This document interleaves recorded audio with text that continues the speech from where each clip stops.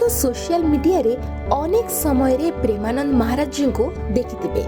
जीवन को परिवर्तनर अनेक नुआ मार्ग सहित आध्यात्मिक उपदेश देई थांती एही साधु जनक। निजर किडनी जनित समस्या सत्वे वृंदावनर संत प्रेमानंद महाराज जी प्रतिदिन सकाळे वृंदावनर परिक्रमा करिथांती एवं राधाराणी भक्ति रे बुड़ी रहंती।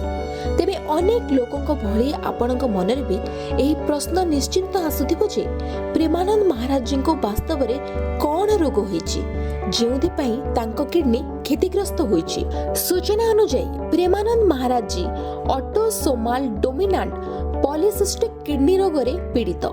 विशेषज्ञों अनुसार एही रोग पिता मातांग ठारू पिलामानंकु संक्रमित होइथाय जेउथिरे किडनीर आकार बड़ होई जाइथाय एवं किडनी रे पानी जमा हुए और एहा परे धीरे धीरे गंठी सृष्टि होइथाय एवं एहा परे किडनी काम करिबा बंद करि दिए। तेबे एही विपदपूर्ण रोग हेबा परे मध्य प्रेमानंद महाराज जी जीवित अछंती।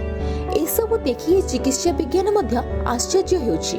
प्रेमानंद महाराज जी अनेक समय रे कहिसेंती जे मोर दुईटी जाक किडनी क्षतिग्रस्त होइछि किंतु मोर ठाकुर जी मो सहित अछंती। तेबे आपण पचारिबे जे उभय किडनी क्षतिग्रस्त हेबा परे मध्य जणे व्यक्ति किपरि बंची परिबे। संत प्रेमानंद महाराज जी तांको वीडियो रे अनेक थर कहिसेंती से किपरि बंची छंती। से कहिथिले जे वर्ष वर्ष पूर्वरो दिल्ली रे एक हॉस्पिटल रे जणे डॉक्टर कहिथिले आपणकर उभय किडनी क्षतिग्रस्त होइछि एवं आपणकर जीवन काल मात्र 2.5 वर्ष रु 5 वर्ष पर्यंत एहा परे जीवन शेष होइजिवो। एहा उपरे संत प्रेमानंद महाराज जी कहिथिले जे मु आज जाय जीवित अछि कारण राधारानी मो सहित अछंती एवं मो उपरे तांकर आशीर्वाद रहिछि।